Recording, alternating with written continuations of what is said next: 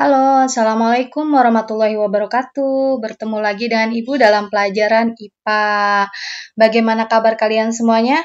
Semoga kalian selalu dalam kondisi sehat walafiat dan selalu tetap semangat ya belajarnya. Amin, amin ya robbal alamin. Nah, untuk pertemuan kita hari ini, kita akan belajar tentang cara memisahkan campuran. Nah, bagaimana materinya? Silahkan kalian simak dan pahami materi yang Ibu berikan sampai selesai ya. Baiklah, untuk yang pertama, kita akan belajar tentang metode pemisahan campuran berdasarkan sifat fisika. Nah, di sini yang pertama itu adalah filtrasi atau penyaringan. Nah, filtrasi atau penyaringan ini adalah pemisahan campuran dengan filtrasi didasarkan pada perbedaan ukuran partikel setiap komponen campuran. Nah, pemisahan ini umumnya digunakan untuk campuran padatan cairan. Alat untuk melakukan filtrasi itu bernama filter. Zat yang lolos dari filter disebut filtrat. Nah, sedangkan zat yang tertinggal di filter itu disebut residu. Contohnya adalah pada penjernihan air. Yang kedua ada destilasi. Nah, untuk destilasi ini pemisahan campuran dengan destilasi yang didasarkan pada perbedaan titik didih dari komponen campuran.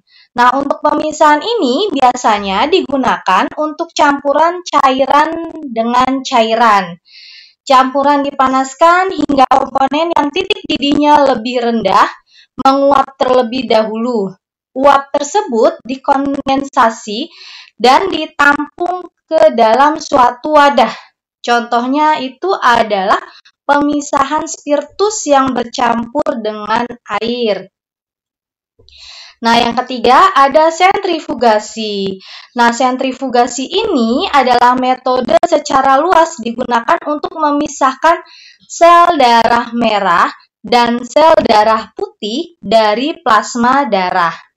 Nah, sel darah merah dan sel darah putih ini akan mengumpul di dasar tabung reaksi dan plasma darah berada di bagian atas tabung reaksi. Contohnya itu adalah pada pemisahan sel darah dan pemurnian bakteri. Yang keempat ada kromatografi.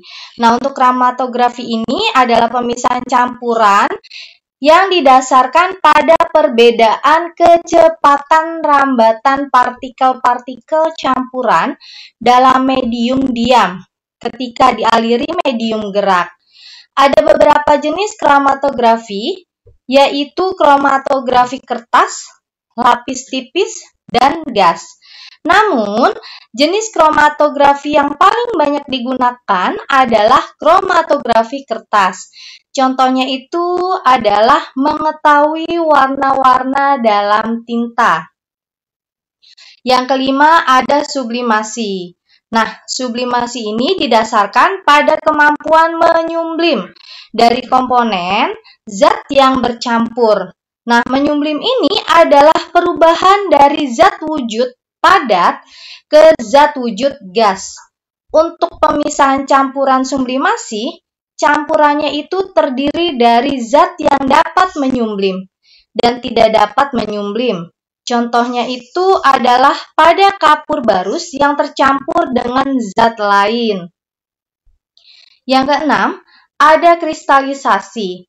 Nah, untuk kristalisasi ini adalah pemisahan campuran yang dilakukan dengan cara mengkristalkan kembali zat yang telah dipisahkan. Nah, umumnya pada metode ini menggunakan suhu yang relatif rendah.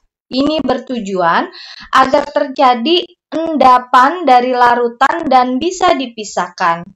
Contoh, garam yang dipisahkan dari air dengan cara menguapkan airnya sampai habis, sehingga yang tertinggal adalah residu sebagai garamnya. Yang ketujuh ada ekstraksi. Nah, untuk pemisahan campuran ekstraksi ini didasarkan pada perbedaan kelarutan dari zat yang bercampur. Ekstraksi biasanya digunakan untuk memisahkan campuran cairan yang tidak saling larut, seperti air dan pelarut organik. Nah, contohnya ini adalah pada pemisahan minyak dengan air. Yang kedelapan, ada pengayakan. Nah, untuk metode pengayakan ini dilakukan untuk memisahkan campuran yang terdiri dari padatan dan padatan dengan ukuran partikel berbeda.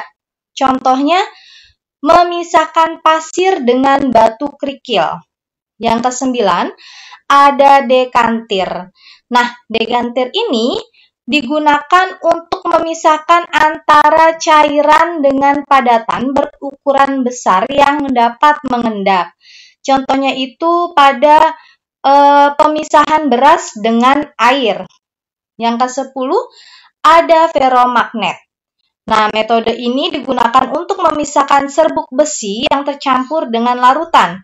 Contohnya, memisahkan serbuk besi dari lumpur bahan keramik.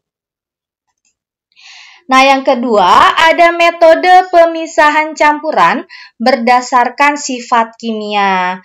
Nah, pada metode ini yang pertama adalah metode elektroforesis.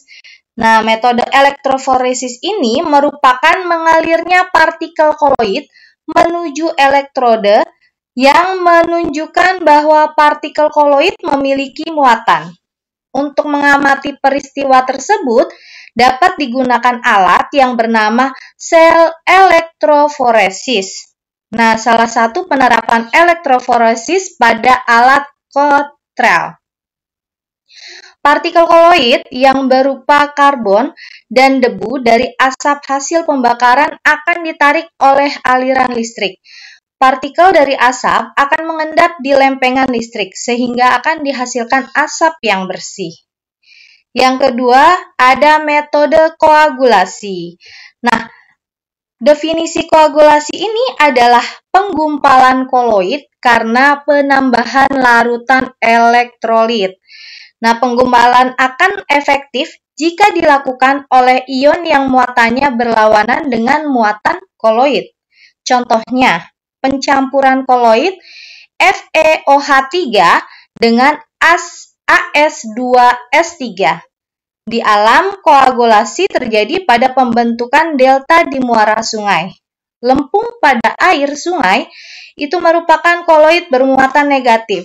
Ketika di muara bertemu dengan air laut yang bersifat elektrolit, maka terjadilah koagulasi. Nah, demikianlah tadi materi yang dapat Ibu sampaikan untuk hari ini. Semoga kalian dapat menyimak dan memahaminya dengan baik. Terima kasih sudah belajar IPA bersama Ibu untuk hari ini. Dan Ibu akhiri, wassalamualaikum warahmatullahi wabarakatuh.